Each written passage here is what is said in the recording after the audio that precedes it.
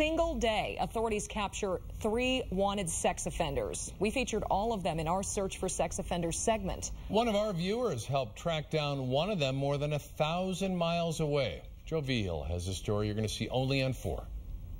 Bernalillo County Sheriff's officials say Xavier Sutton raped 2 teenage boys at knife point and now registers as a sex offender. But he failed to check in with BCSO and recently ended up on our Sunday Search for Sex Offenders segment. U.S. Marshals found him today, nearly 1,900 miles from Albuquerque. There were some tips that were generated from the segment. Some information led to the authorities in North Carolina, where the sex offender was living with his mom. Ellen Griffin Poole also got airtime on Search for Sex Offenders. BCSO says she's a former teacher's aide who molested a student in Michigan. She was living here on Coors near Blake, but she didn't check in with BCSO as well and then moved.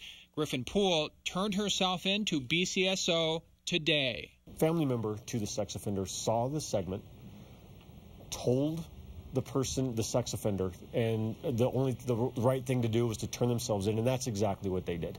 On Sunday, we featured convicted child molester Michael Sullivan. APD arrested him this morning. Hey, Fernando, how come you didn't check in with police? I was afraid.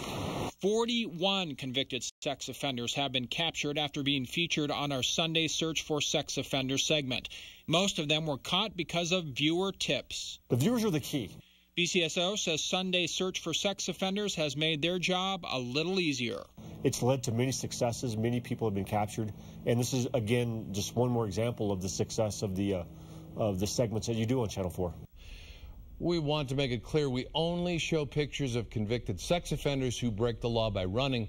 We do not show pictures of those who follow the rules. We know more tonight.